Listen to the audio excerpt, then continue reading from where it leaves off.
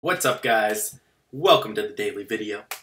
I need an intro, you guys gotta help me, but we're gonna do everyone's favorite, a little rant. That's not really a rant, but I just want to talk about something because I always get this question, I never know how to answer it, and I heard someone else say it, and I was like, oh, that's like the exact answer I want, I just didn't know how to put it into words.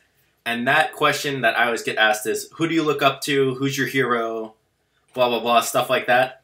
And even when I was young, people would say that and be like, I don't have one, or I don't know, like, I don't like anyone that much, like, there's no one I want to be exactly like. And even now, that holds true, like, maybe, yeah, I like a part of them that I want myself to be like, but there's no one I look up to where I'm like, oh, I want to be them, or be exactly them. It's never been like that for me.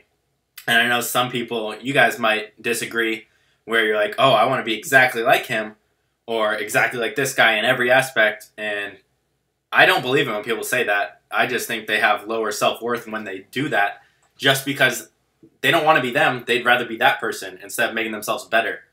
And the answer that this guy gave when people would ask, who is your hero? Who do you look up to? He's like, my hero is me in 10 years.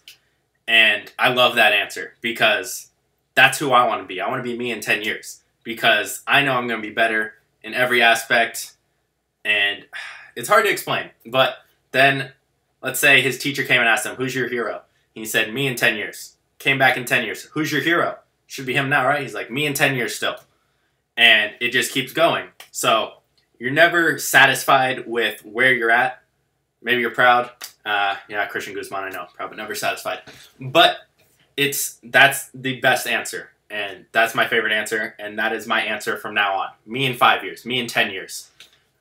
Why is that your hero? Because I'm going to be so much better than I am now in every aspect. I don't want to be like him. Maybe I look up to how Grant Cardone does real estate, and I want to be like that in a sense in my own way in real estate. Or I look up to Gary Vee's work ethic, and I want mine to be something like that. But I don't want to be either of them. There's parts of them I don't like that I don't want to be. So I want to be me. I want to be the best version of myself.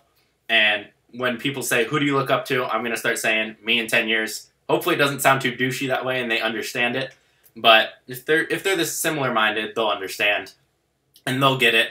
But it really bugs me when people say, oh, I want to be exactly like this person, or I wish I had their life. That's just, you're just giving up on yourself pretty much at that point. You pretty much admitted, oh, their life is better than mine ever can be. And that's completely crap. You don't know how good yours can be until you go do something about it. So, heroes myself in 10 years. In a non-douchey way. I will see you guys tomorrow. Please subscribe.